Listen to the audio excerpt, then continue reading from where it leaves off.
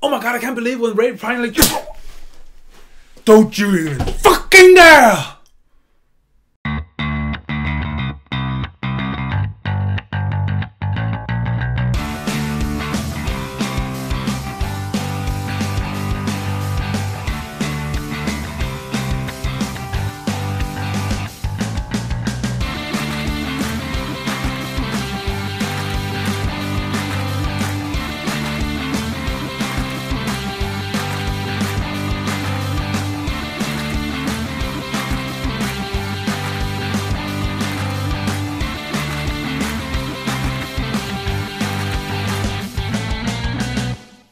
Brothers and sisters, my name is Daidarius and welcome to a review of Star Wars The Last Jedi.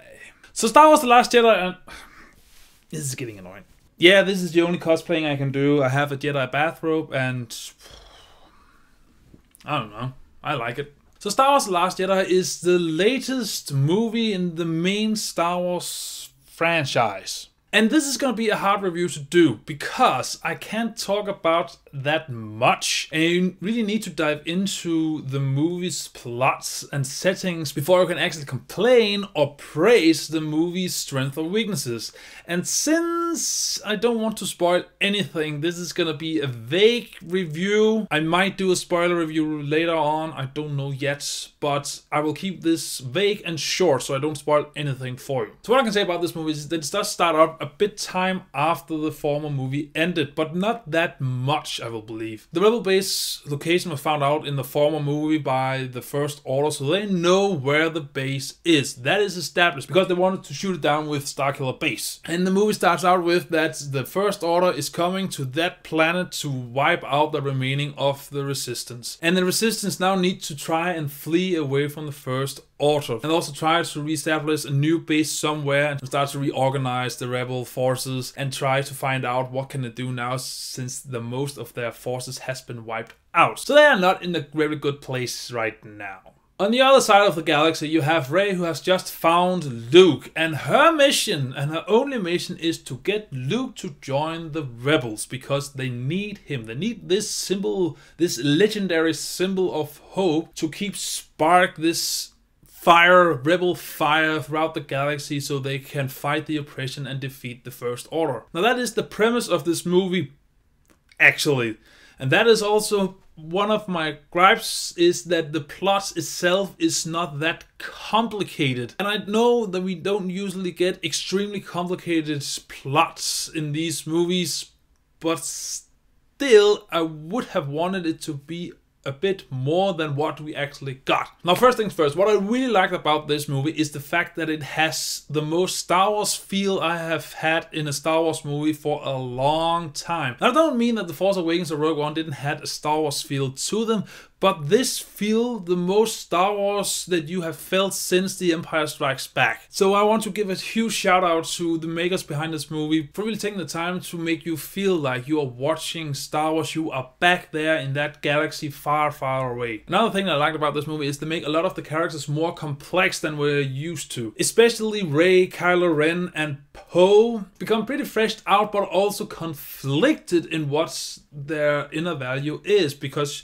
they are given extremely hard choices that they need to make. And I don't mean, oh, they need to choose, is there gonna be the light side or the dark side? No, it goes deeper than that. And I like the fact that you take these heroes and put them in difficult situations where they need to make a choice, and that choice will affect a lot of people. However, that also means that Finn is kind of left out in the cold. He doesn't get that much development. Yes, he does get some, but some of it just feel like repetition from the former movie, especially when you look at how the former movie ended. By that I mean, you know, he picked up the lightsaber and he fought Kylo Ren to defend Rey and them so they could escape. And here they kind of backtrack on some of that and then try to do it all again, so it falls a bit flat on me on that point. Another thing is that I wanted more action sequences, and I know action doesn't make a movie great, but this is Star Wars. There is wars in the title, for fuck's sake. We want to see war, and we only get two action sequences. Maybe 2.5.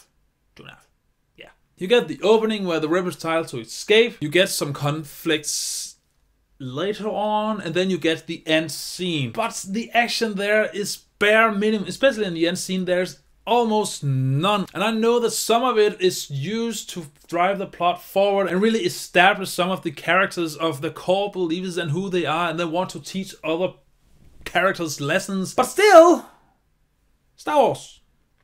Pew, pew, pew, pew.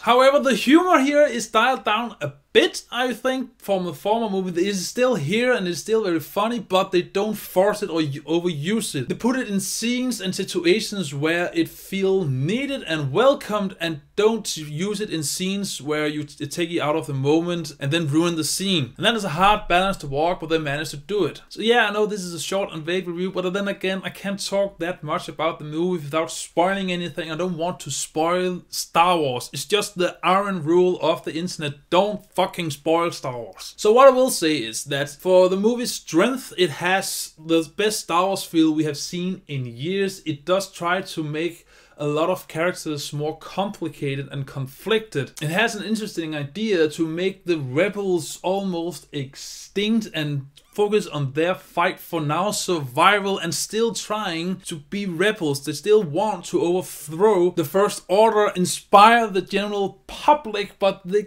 kind of can't because they don't have the resources and they are on their wits' end, and they are put in an extremely bad situation throughout the movie. And also the fact that I actually explain why did Luke go to that island and stay there for a couple of years when he might have known that his sister and Han Solo was in danger. What happened? Well, you actually are told, and it is a reason that actually makes sense. Another side, there's not that much action in this story. There's even a sequence that seems like it drags on too much. It's a side plot that makes the main plot go forward, and it is needed. This is the version they need to do, but it just takes so much time and it doesn't fit into the narrative that well. And also the conflicting characters, it is not done that well. And I know that I praised it for it, but you need to know there's a difference between that making sense for the plot and then executing it well. It actually enriched the plot, but it wasn't executed that well.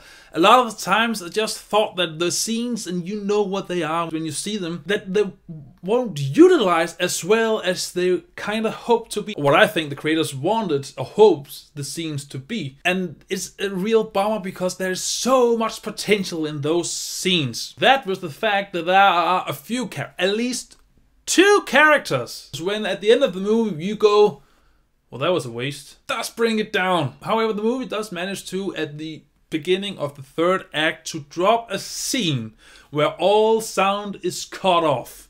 There's no sound at all. And I saw this movie in the big theater with 400 other people. And normally you can hear when there's no sound or there's low sound. You can hear people tangle with their candy bags or eating popcorn or slurping soda or something normally, but here not a fucking sound. The only thing you could hear was 400 jaws hitting the floor. That scene is epic, and you just go, whoa. That was a nice touch. However, another thing that doesn't work that well in this movie is there's almost no lightsaber fights, and you kind of go, but Star Wars, I mean, the former one had lightsaber fights. And I also missed some extreme awesome force scenes, like in The Force Awakens where Kylo Ren, he stopped a laser blast in mid-air, or the times where he stops a person in the movement so they just stand still and then he just toggle them around or something like that. I missed those kind of scenes. You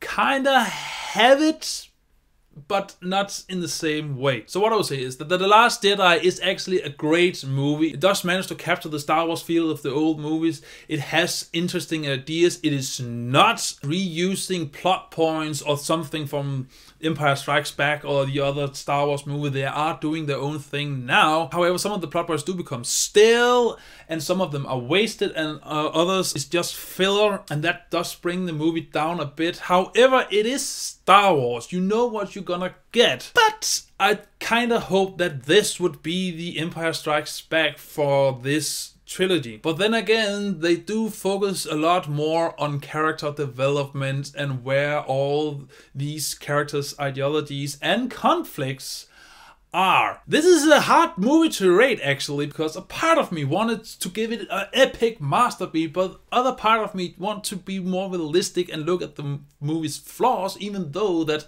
this is Star Wars, and want to take it down a lot. And I don't know where I'm gonna end up. I'm probably gonna end up in between, but I need to give this movie a rating. So, don't slaughter me. Star Wars The Last Jedi is worth watching in cinema, entertainment guaranteed. I think my inner Star Wars fanboy might brought it up a bit, so I don't know. So, Star Wars The Last Jedi, have you seen it? What did you think about it? Or what is your favorite Star Wars movie? There is 8.5 movies to pick from at this moment. So, whatever you think, comment around and read your thoughts. And as always, until I see you in the next video, remember to stay awesome. Bye! Use the Force, Luke.